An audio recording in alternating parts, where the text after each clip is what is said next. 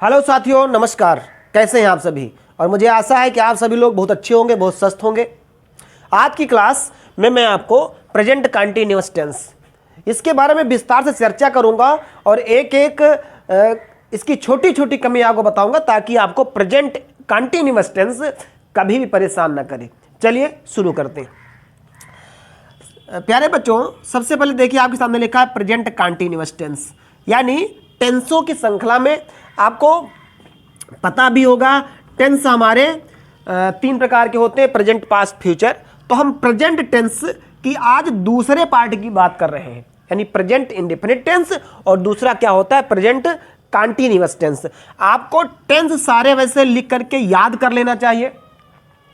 एक तरफ से आपके पास अगर कोई बुक है तो आप टेंस की एक श्रृंखला बना ले, present indefinite tense, present continuous tense, present perfect tense, present perfect continuous tense, ऐसे ही पास्ट के और ऐसे ही फ्यूचर के सारे भागों को नोट करके उनको आप याद कर लें।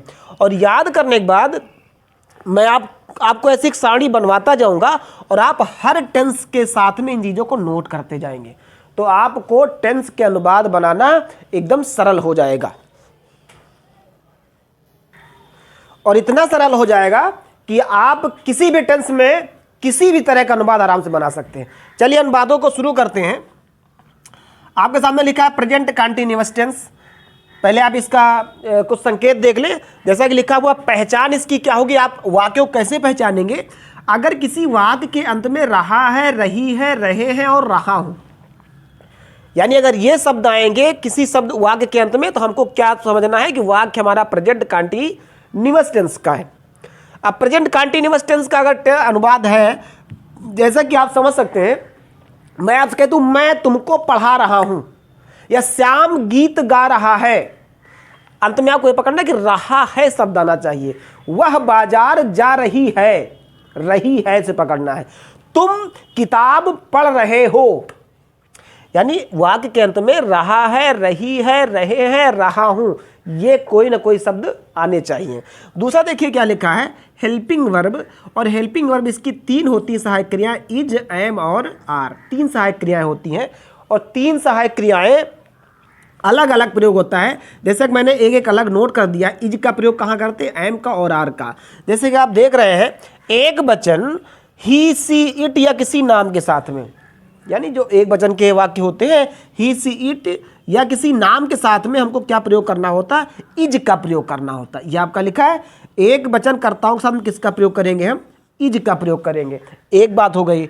दूसरा देखिए, दूसरे पॉइंट में लिखा हुआ है आई, यानी मैं, यानी अगर कोई मैं शब्द से अनुवाद शुरू हो जाएगा तो हमको आई के साथ में एम का प्रयोग करना है।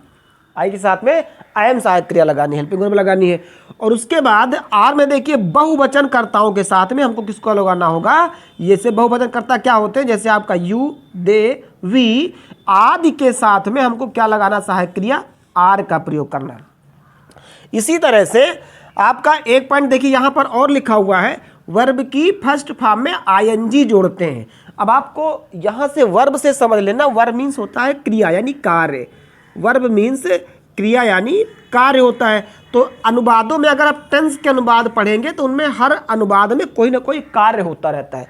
तो अगर कोई क्रिया होगी, कोई कार्य होगा, तो हमको उन अनुवादों को बनाते समय जो हम क्रिया लिखेंगे यानी वर्ब लिखेंगे, उसमें हमको आईएनजी जोड़ देना होता है। जैसे आप देख रहे हैं लिखा हुआ है गो और प्लस आईएनजी, यानी दोनों को जोड़ देंगे तो क्या हो जाएगा? गोइंग हो जाएगा। ईट और धन आईएनजी यानी ईटिंग हो जाएगा। यानी कहने का मतलब अगर कोई काम है तो काम की हम अंग्रेजी लिखेंगे और साथ में क्या जोड़ देंगे? आईएनजी जोड़ देंगे। तो इस तरह से आपका अनुवाद बन जाएगा। चलिए अनुवादों को शुरू करते हैं। एक एक अनुवाद को हम लोग करते जाएंगे और एक एक अनुवाद को सीखते जाएंगे। जैसा देखिए लिखा हुआ है कि तुम से ही शुरू कर देता हूं। तुम खाना खा रहे हो, खा रहे हो। अब सिंपल सा अनुवाद है। अब आपको इसको 6 प्रकार से अनुवाद बनाना है। अब क्योंकि मैं आपको लगातार 6 प्रकार से अनुवाद बनाना सिखा रहा हूं, तो आपको 6 प्रकार से अनुवाद बनाने की आदत पड़ जानी चाहिए। क्यों? क्योंकि फिर कभी अगर आपका अनुवाद फंसे तो आपको परेशानी ना हो। जैसे तुम खाना खा रहे हो, ये पॉजिटिव सेंटेंस से लिखा है। और किसी भी वाक्य को आप बनाएं तो साथ में उसको बोले जरूर कि कौन सा अनुवाद आप बना रहे हैं। अच्छा चलिए, अनुवाद को बनाने से पहले मैं एक आपसे बात बता दूं। मैंने पहले भी वीडियो आपको बताया था कि अगर उन बच्चों को जिनको ये टेंस आता है उनको तो केवल रिवीजन करना है, और जिन लोगों को टेंस नहीं आता है उनका कार्य ये है कि वे हर टेंस को अपनी कॉपी में एक तरफ से नोट करते जाएंगे और इसके बाकायदा नोट्स बनाते जाएंगे। जैसे आपने प्रेजेंट इंडेफिनिट डाला होगा तो प्रेजेंट इंडेफिनिट टेंस के मैंने आपसे कहा था संकेत सारे नोट कर दीजिए, और उसके बाद आप प्रेजेंट कंटीन्यूअस टेंस डालिए। अब प्रेजेंट कंटीन्यूअस टेंस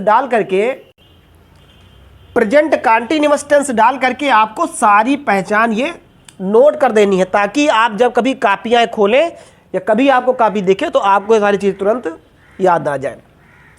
देखिए लिखा है तुम खाना खा रहे हो, अनुवादों को अब शुरू करते हैं। अब तुम खाना खा रहे हो, इसका अनुवाद क्या हो जाएगा? सबसे पहले तुम लिखा है तो नियम वही होता है, सब्जेक्ट सबसे पहले लिख देंगे यू। उसके बाद अगर पॉजिटिव सेंटेंस है तो सबसे पहले सब्जेक्ट आएगा, उसके बाद उसकी हेल्पिंग वर्ब आएगी। अब हेल्पिंग वर्ब क्या होती है? ये रही आपके सामने इज एम आर।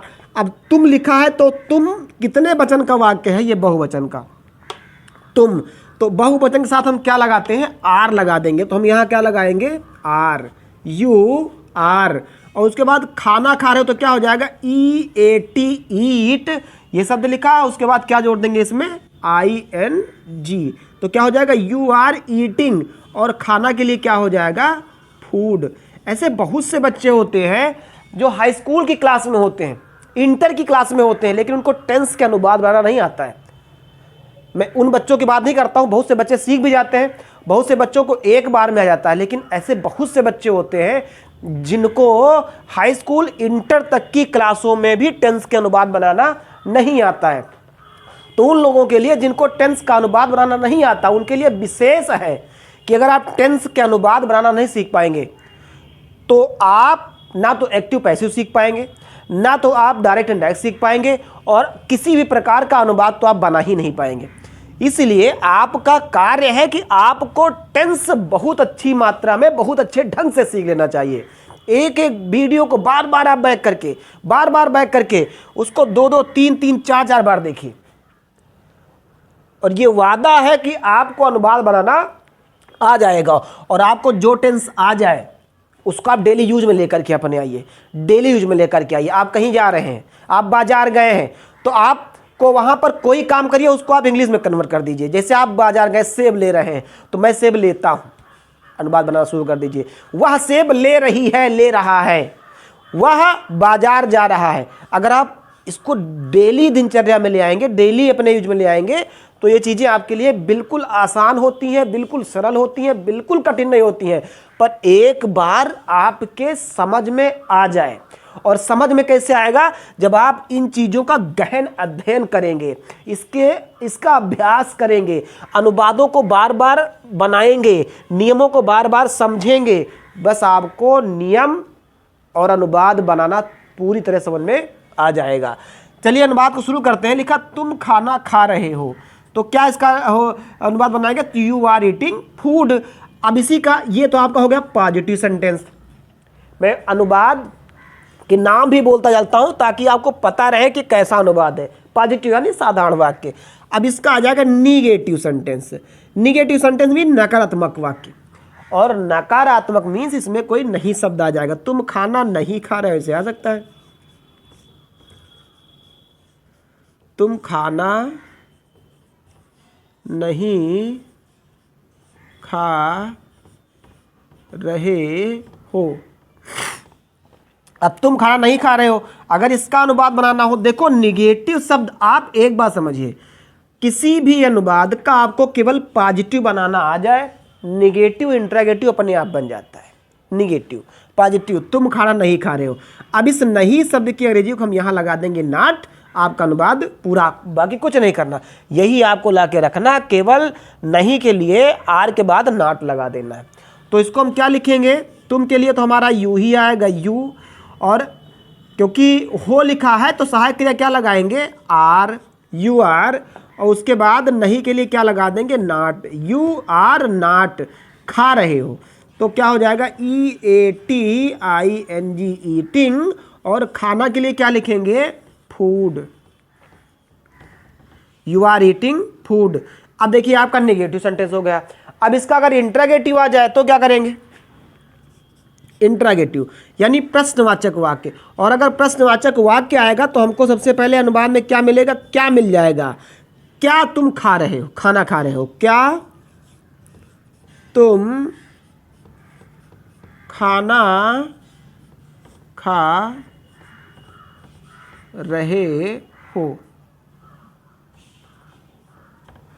क्या तुम खाना खा रहे हो,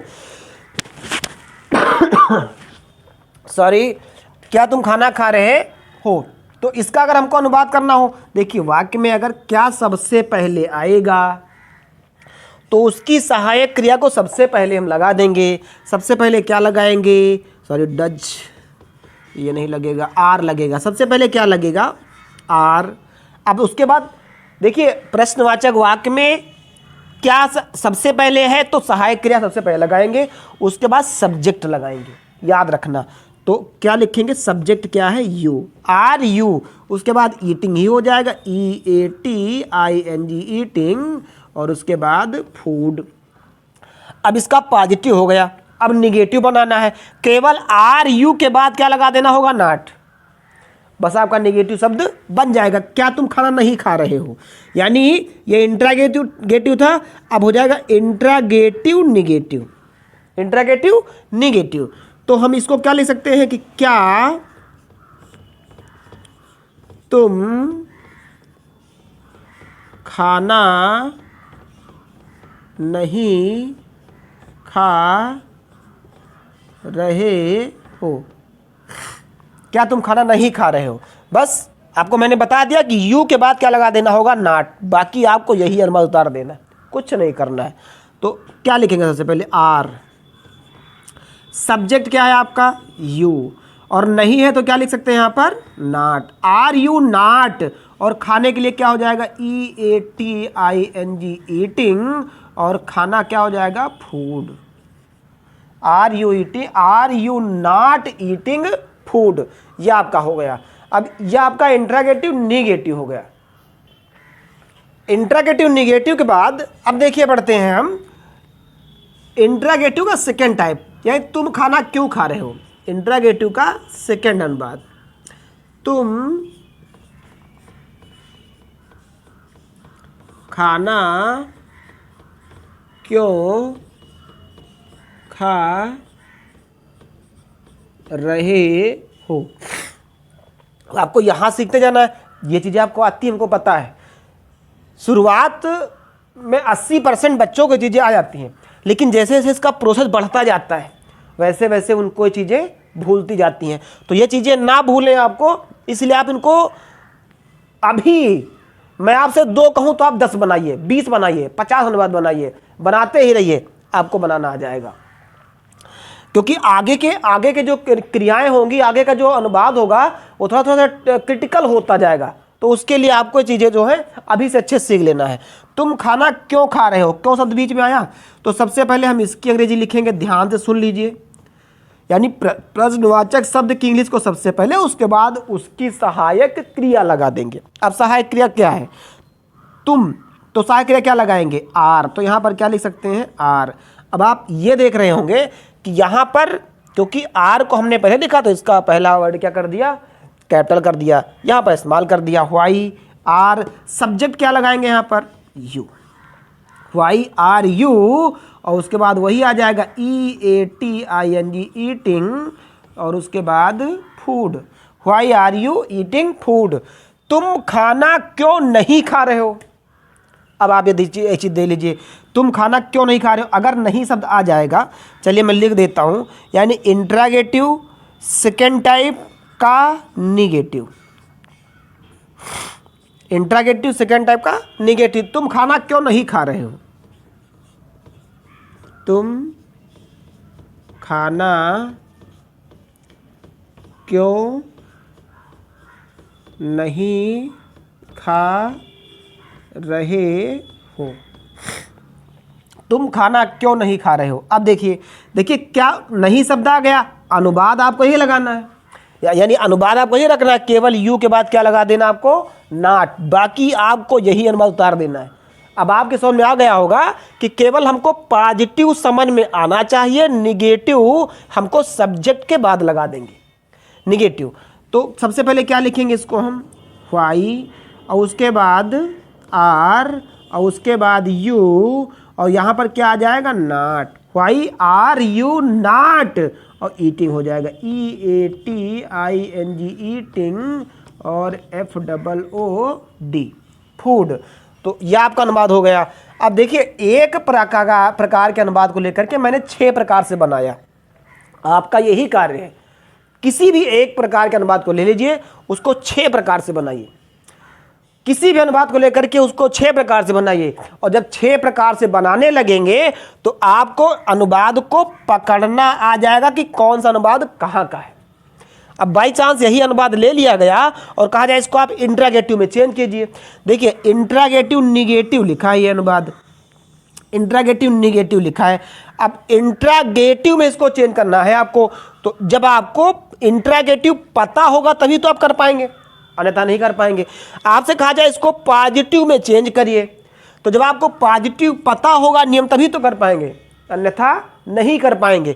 या आपसे कहा जाए आप इस अनुवाद को निगेटिव में या इंट्रागेटिव में चेंज करिए, ऐसा आता है नरेशन में, तो हम लोग कहाँ कर पाएंगे।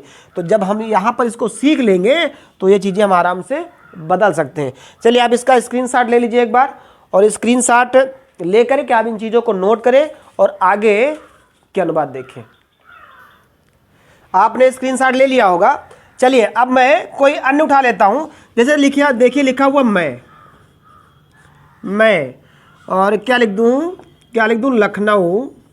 कोई भी अनुवाद आप उठा सकते हैं, मैं लखनऊ जा रहा हूं, मैं लखनऊ जा रहा हूं।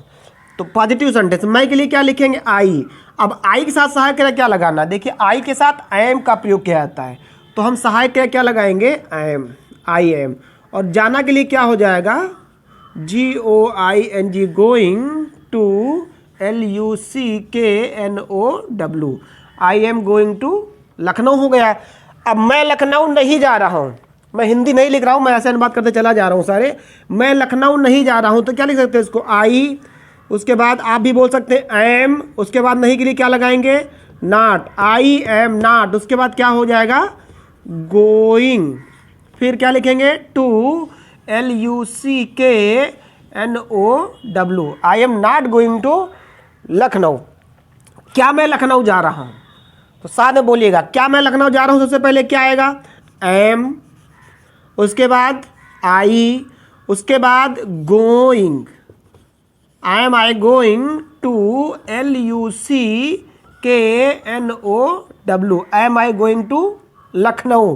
क्या मैं लखनऊ नहीं जा रहा हूँ, तब क्या करेंगे, नहीं है तो आई के बाद क्या लगा देंगे, नॉट बढ़ा देंगे, तो ये क्या हो जाएगा, I am I not going to LUCKNOW हो गया। अगला अनुवाद क्या हो जाएगा कि मैं लखनऊ क्यों जा रहा हूं, तो सबसे पहले यहां पर क्या आ जाएगा, वाई, उसके बाद सहायक क्रिया क्या लिखेंगे, एम, वाई एम, सब्जेक्ट क्या आएगा, आई, वाई एम आई, फिर क्या लिखेंगे, GOING, going to, LUCKNOW, why am I going to Lucknow. इसका निगेटिव, तो यहाँ हमको क्या बढ़ा देना होगा, नॉट बढ़ा देना होगा, तो क्या लिखेंगे इसको, why am I not going to LUCKNOW। तो आपको ये चीज़ें समझ में आई होंगी, आप इसको आराम से कर लेंगे। अब 1-2 अनुवाद मैं आपके मिक्स लेता हूँ, और उसके बाद स्क्रीनशॉट आप थोड़ा सा बैक करके ले लीजिए, स्क्रीनशॉट इसका बैक करके ले लीजिए, थोड़ा सा हमने साफ कर दिया था। चलिए अब आगे मैं 1-2 अनुवाद मिक्स लेता हूँ। जैसे लिखा हुआ है कि रमा गाना क्यों गा रही है, क्यों गा रही है, रमा गाना क्यों गा रही है। चलिए इसका अनुवाद करने से पहले आप लोगों से, अगर आपको वीडियो में कुछ अच्छाई लगे या आपको अच्छा लगा हो तो आप लोग एक बार चैनल को लाइक और सब्सक्राइब जरूर करें, क्योंकि बहुत सारे लोगों ने कमेंट्स किए हैं, बहुत सारे लोगों ने डिमांड की है, तभी इस चैनल को प्रारंभ किया गया है। तो आपका समर्थन और आपका सहयोग चाहिए। अब हम लोगों ने मिल करके इतना बड़ा चैनल बना तो दिया, अब लेकिन इसको आगे बढ़ाना और इसको सहयोग करना और इसका समर्थन करना, ये आप सबका काम है। और अगर आप सब समर्थन कर देंगे तो ये चैनल आप सबके सहयोग से एक दिन बहुत आगे निकल जाएगा। तो आप सभी जितने हमारे बच्चे देख रहे हैं या हमारे पेरेंट्स देख रहे हैं, और अगर पेरेंट्स देख रहे हैं तो पेरेंट्स से निवेदन है कि आप अपने बच्चों को ये वीडियो जरूर दिखाएं, और क्योंकि उन बच्चों के लिए बहुत ज़्यादा उपयोगी है। चाहे आपका बच्चा अगर क्लास 3 से लेकर के ओवरऑल किसी क्लास में है और अगर उसको ये चीज़ें ना आती हों तो आप उस बच्चे को ये चीज़ें ज़रूर दिखाइए। और अगर आपको अच्छा लगा हो, वीडियो अच्छी लगी हो, तो आप सब्सक्राइब कर लीजिए, चैनल को लाइक कर दीजिए और अन्य लोगों के पास शेयर कर दीजिए, ताकि वह लोग भी आपके चैनल को, आपके विद्यालय के चैनल को सब्सक्राइब कर लें और आपके विद्यालय का चैनल जो है वो आगे बढ़ जाए। चलिए अनुवाद को शुरू करते हैं। लिखा है रमा गाना क्यों गा रही है। तो क्या हो जाएगा, देखिए क्यों शब्द बीच में आया। अब क्यों शब्द अगर बीच में आया है तो हम सबसे पहले क्या लिखेंगे, व्हाई, उसके बाद सहायक क्रिया। अब देखिए रमा क्योंकि किसी का नाम है तो एक वचन, तो सहायक क्रिया क्या लगाएंगे, इज, व्हाई इज। अब उसके बाद सब्जेक्ट आएगा रमा, व्हाई इज रमा। और उसके बाद गाना गा, सिंगिंग हो जाएगा, SINGING, singing song, why is Rama singing the song. उसके बाद अगला अनुवाद लिखा हुआ है सुमन, क्या कर लो, फल नहीं खाती, खा रही है। सुमन फल नहीं खा रही है, ऐसे कर ले हम। तो सुमन फल नहीं खाए, नहीं शब्द आ गया है, तो सब सुमन तो एक ही वचन का है, क्या हो जाएगा, सुमन। उसके बाद सहायक क्रिया इज, नहीं के लिए क्या लगाएंगे, not, Suman is not eating, EATING, eating the. और उसके बाद फूड नहीं लिखेंगे, यहाँ पर फ्रूट लिखेंगे, FRUIT, फ्रूट। या अगर फलों को हो तो फ्रूट्स हो जाएगा, Suman is not eating the fruits, Suman फलों को नहीं खा रही है। तो मुझे आशा है कि आपकी समझ में आया होगा और आप ऐसे अनुवादों को 2, 4, 10, 15, 20 अनुवादों को बनाएं, अभ्यास करें। 1 दिन, 2 दिन, 4 दिन, 10 दिन अभ्यास करें, वीडियो को बैक करके देखें। और अगर इसको लगातार आप देखते जाएंगे, 2, 3, 4 बार देखेंगे, तो मुझे आशा है कि आपको ये वीडियो और ये पढ़ाई समझ में अच्छे से आ जाएगी। तो अगर आपको वीडियो अच्छी लगी हो तो चैनल को लाइक करें, सब्सक्राइब जरूर करें, क्योंकि आपका समर्थन अगर मिलता रहेगा तो हम लोग आपको अच्छी अच्छी वीडियो और अच्छे अच्छे टॉपिक्स पर वीडियो बना करके आपकी पढ़ाई को आगे बढ़ाते रहेंगे। आपने क्लास को ज्वाइन किया, आपने ये हम इतने देर तक आपने देखा, इसके लिए आप सभी को धन्यवाद। Thank you.